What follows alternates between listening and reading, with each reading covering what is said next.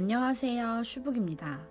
오늘은 앨리스 죽이기의 후속편 고바야시 야스미의 클라라 죽이기를 들려드리겠습니다. 이 책의 전반적인 컨셉은 앨리스 죽이기와 동일합니다.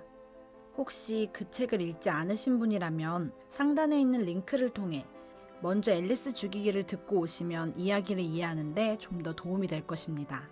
그럼 지금부터 줄거리 시작합니다. 혹시 길을 잃었나? 도마뱀 빌은 길을 잃고 헤매다 정신을 차리고 보니 물가에 쓰러져 있었다. 그때 그에게 젊은 여자와 한 노인이 다가왔다. 그들은 앨리스와 같은 종족, 즉 인간이었다. 노인은 잠깐 조사를 해야겠다고 말하며 순식간에 빌의 머리를 몸통에서 떼어냈다. 그는 빌이 세계의 경계로 들어온 것임을 알게 되었고 더 자세한 이야기는 지구에서 이야기하자고 말했다. 이모리는 잠에서 깼다. 그 세계는 무엇일까? 그는 혼란스러웠지만 일단 학교에 가기로 했다. 학교 앞. 정문에 서 있던 한 소녀가 이모리에게 말을 걸었다. 그 소녀는 자신이 지난밤 꿈에서 만났던 젊은 여자 클라라의 아바타라인 로텐 글라라라고 말했다. 그리고 그 노인은 자신의 이모부인 드로셀 마이어라고 했다. 지난밤 세계는 호프만 우주라는 곳으로 그곳 또한 지구와 연결되어 있다고 한다. 글라라는 이모리에게 누군가 자신의 목숨을 노리고 있다고 말했다. 그녀는 지난주에만 5번이나 차에 치일 뻔했다. 뿐만 아니라 당신을 아주 고통스럽게 죽이겠다는 협박 편지도 왔다. 호프만 우주 역시 이상한 나라처럼 지구와 연결되어 있기 때문에 호프만 우주에서 누군가 죽으면 지구의 아바타라도 죽는다. 드로셀 마이어는 이모리에게 이 살인 미수 사건을 수사해 줄 것을 명령했다. 그는 호프만 우주에서 상급 법원 판사였고 도마뱀의 목숨쯤은 아주 간단하게 끊을 수 있는 사람이었다.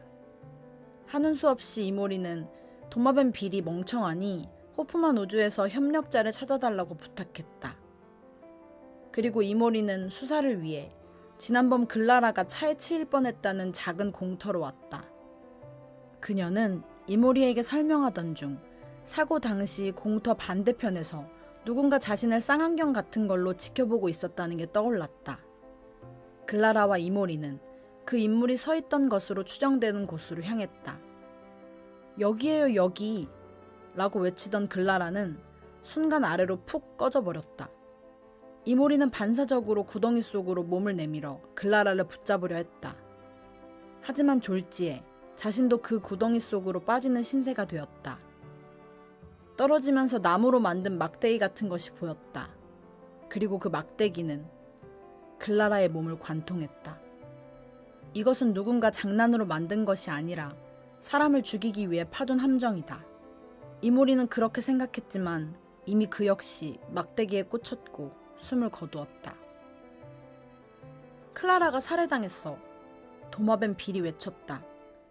호프만 우주의 본체가 살아있다면 지구의 아바타라는 죽어도 다시 살아난다. 그렇기 때문에 이모리는 다시 살아날 것이다. 그러나 클라라는? 만약 글라라가 함정에 빠져 죽은 원인이 호프만 우주에 있다면 어떨까? 그렇다면 그녀는 영영 살아나지 못할 것이다. 이를 확인하기 위해서는 일단 클라라를 찾아야 했다. 드로셀 마이어 판사는 스퀴델이라는 한 노부인을 빌의 상담자 겸 수사관으로 임명했다. 그들은 협박 편지에 적혀있던 당신의 친구로부터 라는 근거로 클라라의 친구들을 찾아 나섰다. 그녀의 친구는 총 3명뿐이었다. 인형인 마리, 피를리파트 공주, 겉모습은 여자애지만 뱀인 세르펜티나. 이 3명은 클라라가 살해당하던 그 시점에 셋이서 축제에 다녀왔다고 했다. 카니발이 진행되는 내내 셋은 함께 축제 수레에 탔다. 인형인 마리를 제외하고 피를리파트와 세르펜티나가 화장실에 다녀온 것 빼고는 셋은 한 번도 수레에서 내린 적이 없었다. 한마디로 그 3명은 클라라를 죽일 시간적 여유가 없었다. 다음 날, 이모리는 예상대로 평소처럼 침대에서 깨어났다. 그는 당장 현장으로 달려갔다. 그곳에 도착하자 함정은 실제로 존재했다. 말뚝 끝부분에 피가 잔뜩 묻어 있었다. 글라라가 다시 살아났다면 피가 묻어 있을 리가 없을 텐데, 그렇다면 그녀는 진짜로 죽은 것일지도 모른다. 그러나 그곳에 글라라의 시신은 없었다. 이모리는 몸을 더 내밀고 구덩이 속을 관찰했다. 그때 누군가가 이모리의 발목을 잡았다. 그리고 이모리의 몸을 구덩이 속으로 밀어버렸다. 말뚝은 또다시 이모리의 몸속 깊숙이 박혔다. 다음 날, 이모리는 다시 살아났다. 그는 범인이 어째서 함정을 조사하는 것을 방해하는지 궁금했다. 어차피 시신이 소멸되면 글라라가 함정에 빠졌다는 사실 자체가 소멸될 텐데, 그렇다면 아무런 증거도 남지 않을 것이다. 어쩌면 실제로는 클라라와 글라라 둘 다 죽지 않았다는 것을 숨기기 위한 것인지 모르겠다는 생각이 들었다. 범인이 글라라가 죽은 걸로 알게 되면 더 이상 클라라를 해치려 하지 않을 테니 말이다. 일종의 거짓 자살극이다. 그런데 이런 추리를 비웃기라도 하듯 글라라의 시신이 근처 강의 교각에 걸린 채 발견되었다. 글라라의 시신이 소멸되지 않았다는 건, 다시 말해 글라라의 본체인 클라라가 호프만 우주에서 살해당했다는 뜻이 된다. 이모리는 다시 한번 함정으로 향했다. 이번에는 구덩이 아래로 내려갈 방법을 찾았다. 그 밑에 내려가자 한 종이 조각을 발견했는데, 그 종이에는 만약 제가 정말로 죽으면 클라라를 찾으세요. 마리에게는 관심을 가질 필요 없어요. 라고 적혀 있었다. 그 순간 갑자기 숨이 막혔다.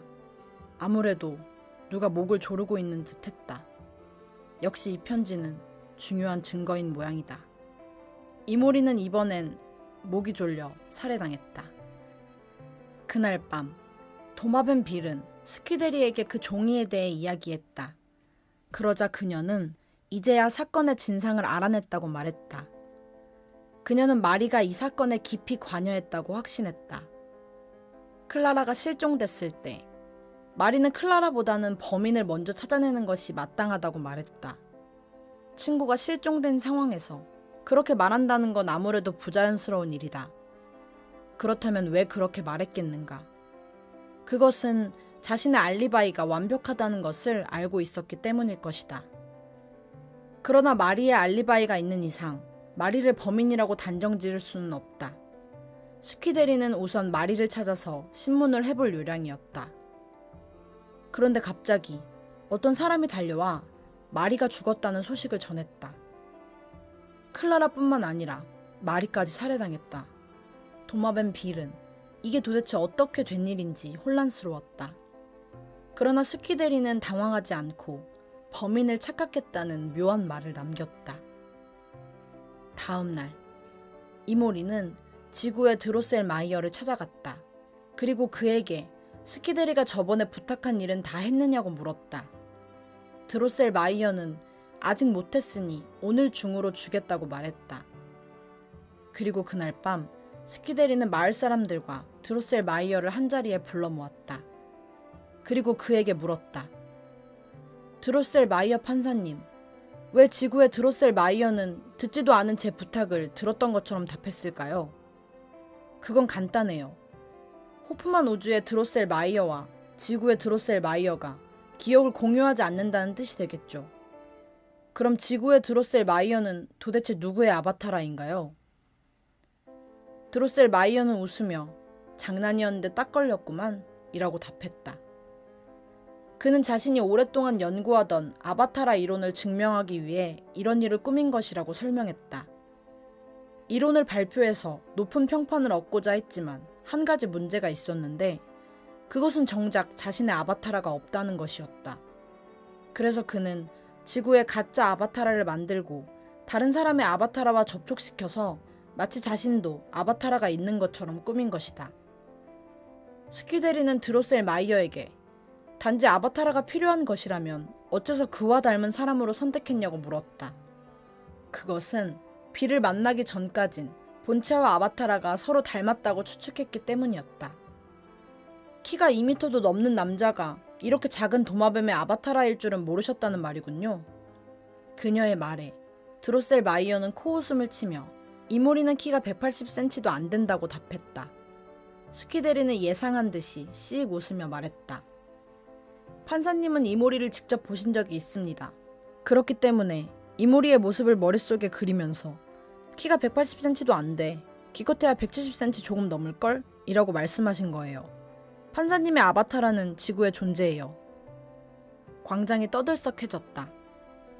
스키 대리는 드로셀 마이어가 가짜 아바타라를 만든 이유는 바로 클라라 살해 사건의 수사관을 속이기 위함이라고 말했다. 왜냐하면 그가 바로 마리의 협력자였기 때문이다. 생김새가 닮은 인물이 한 쌍뿐이라면 아무도 믿지 않겠지만 두 쌍이라면 호프만 우주와 지구의 아바타라는 비슷하다는 생각을 할 수 있을 것이다.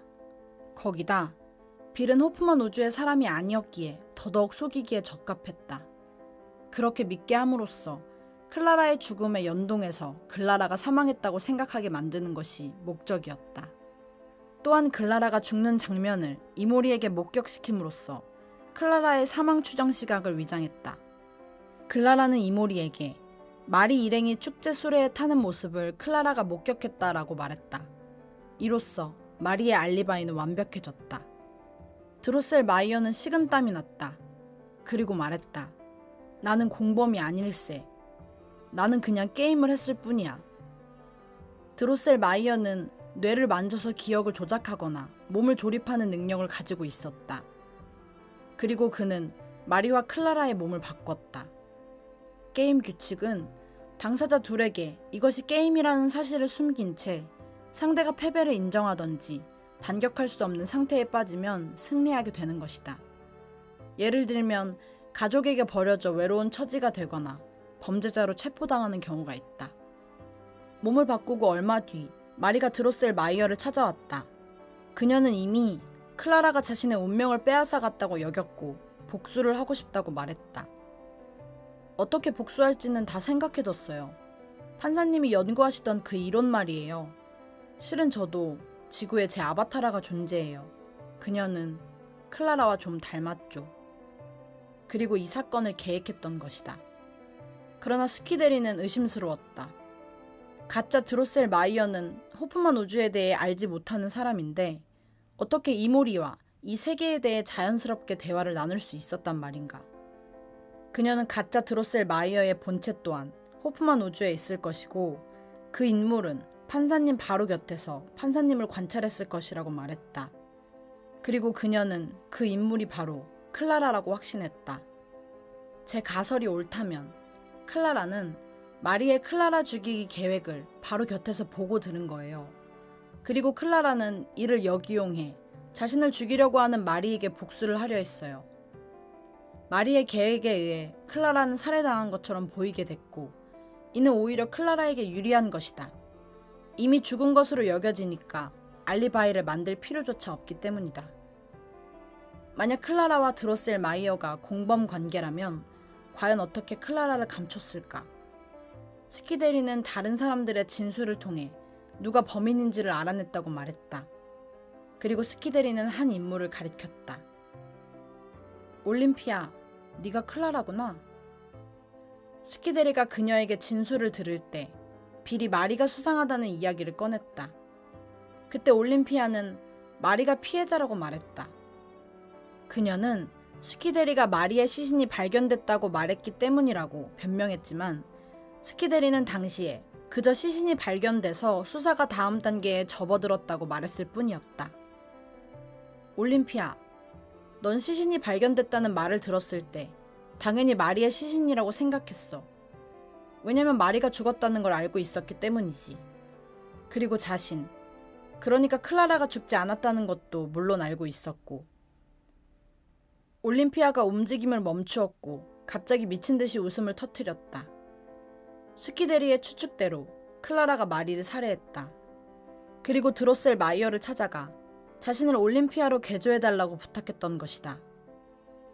원래 올림피아의 부속품은 지하실에 처박아 두었다고 말했다. 그러자 올림피아의 원래 주인이었던 남자가 깜짝 놀라서 말했다. 난 그게 새로 주문한 부속품이라고 생각했는데. 그래서 그걸 가져다가 갈아 끼웠지. 잠깐만요. 그럼 제 몸은 누구 거예요? 클라라는 혼란스러웠다. 자신은 누구인가? 클라라인가 올림피아인가? 드로셀 마이어는 자신이 분해해서 조사해보겠다고 말했다. 그리고 도망치려는 그녀를 붙잡아 몸을 해체하기 시작했다. 이거 부품이 좀 모자라는데? 원래 클라라로는 만들 수 없겠어. 이왕 이렇게 된 거 다른 걸 만들어 볼까? 드로셀 마이어가 웃으며 말했다. 다시 지구로 돌아왔다. 이모리는 학교 식당에서 멍하니 텔레비전을 보고 있는데 그때 젊은 여자가 말을 걸었다. 이모리는 천천히 그녀를 바라보고 고개를 갸웃했다. 그리고 입을 열었다. 스나크는? 여자는 그 말에 얼어붙은 듯 서 있었다. 부탁이야. 원래 세계로 돌아가려면 분명 네 도움이 필요할 거야. 자, 어서 암호를 말해줘. 그녀는 말했다. 부점이었다. 순간 세계가 확 바뀌었다. 어떠셨나요? 책을 듣고 떠오르는 생각들을 댓글로 남겨주세요. 제 영상이 마음에 드셨다면 좋아요와 구독 부탁드립니다. 앨리스 죽이기, 클라라 죽이기에 이은 마지막 죽이기 시리즈 도로시 죽이기가 궁금하다면 댓글 남겨주세요. 궁금하신 분이 계시다면 세 번째도 읽어보도록 하겠습니다. 그럼 다음 영상에서 만나요. 지금까지 슈북이었습니다. 슈북슈북.